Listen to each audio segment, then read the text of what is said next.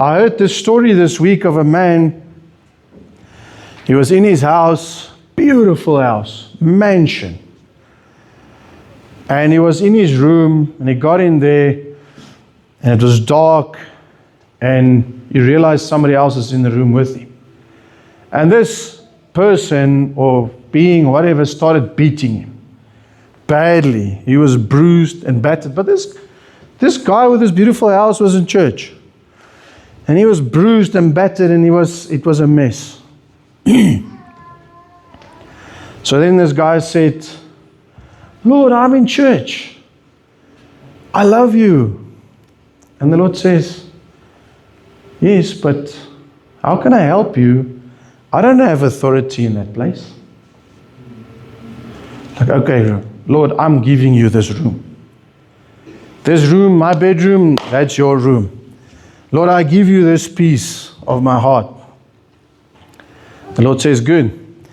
That following night, he got home. Let's call it after a base group evening. The whole house was destroyed but that room.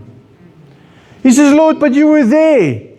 You saw everything. The Lord says, it's not mine. What you have given me has been protected.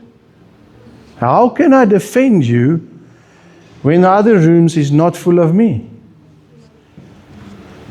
And then this guy realized something. He walked to the front door and he gave the keys to the Lord.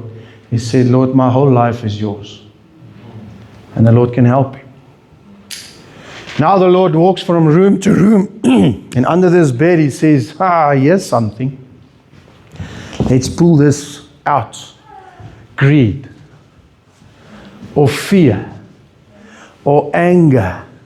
Or jealousy. Or habits, bad habits. Or addictions. He pulls it out. And he's walking to the front door to chuck it out of your life.